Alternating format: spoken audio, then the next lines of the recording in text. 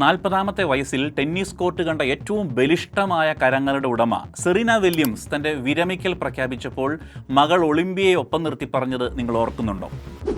അതിങ്ങനെയാണ്: ഞാനൊരു പുരുഷനായിരുന്നെങ്കിൽ ടെന്നീസിനും കുടുംബത്തിനും ഇടയിൽ നിന്നുകൊണ്ട് ഇങ്ങനെയൊരു തീരുമാനം എടുക്കേണ്ടി വരുമായിരുന്നില്ല.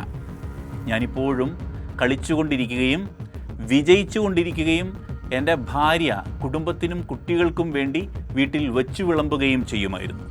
സെറീനയുടെ വാക്കുകളാണിത്. വിരമിക്കൽ പ്രഖ്യാപിച്ച സെറീനയുടെ 23 സിംഗിൾ ഗ്രാൻഡ് സ്ലാം കിരീടങ്ങൾ ടെന്നീസിലെ മഹാത്ഭുതമാണ്. പുരുഷ ടെന്നീസ് കളിക്കാർക്ക് പോലും അവരുടെ തല ഉയർത്തി നോക്കിയാൽ മാത്രം കാണാൻ കഴിയുന്ന അത്ര ഉയരം. 4 ഒളിമ്പിക് സ്വർണം, 14 ഡബിൾ ഗ്രാൻഡ് സ്ലാം കിരീടങ്ങൾ, ആകെ മൊത്തം 73 സിംഗിൾ കിരീടങ്ങൾ. ലോക ചാമ്പ്യനായി സ്വന്തം പേര് ഏറ്റവും ഉയരത്തിൽ എഴുതി ചേർത്ത ദിവസങ്ങൾ. എന്തൊരു ഉയരമുള്ള കരിയർ.